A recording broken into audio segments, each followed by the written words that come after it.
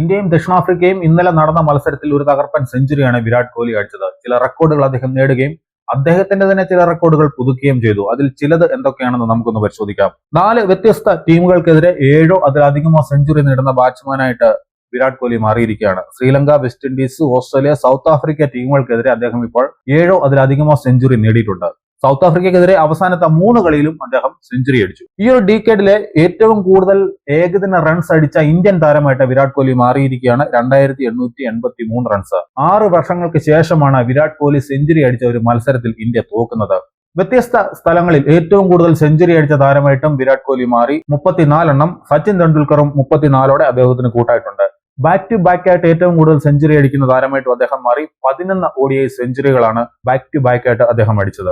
13 തവണ അദ്ദേഹം 3 അതിലധികമോ തവണ 50+ സ്കോറുകൾ ODIയിൽ നേടിയിരിക്കുന്നു. സൗത്ത് ആഫ്രിക്കയ്ക്കെതിരെ കൂടുതൽ 50+ സ്കോറുകൾ നേടിയ ഇന്ത്യൻ താരവും വിരാട് കോഹ്ലി തന്നെ.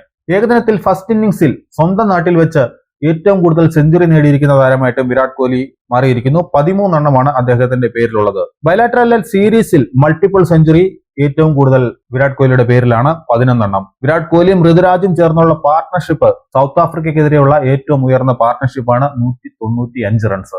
അങ്ങനെ കുറേയധികം റെക്കോർഡുകളാണ് ഈ ഒരു മത്സരത്തിലെ സെഞ്ചുറിയോടെ വിരാട് കോഹ്ലി സ്വന്തമാക്കിയിരിക്കുന്നത്. നിങ്ങൾക്ക് വിരാട് കോഹ്ലിയുടെ മറ്റെന്തെങ്കിലും റെക്കോർഡുകൾ ഈ ഒരു മത്സരത്തിലൂടെ കിട്ടിയത് ഓർമ്മ വരികയാണെങ്കിൽ താഴെ കമന്റ് ചെയ്യുക.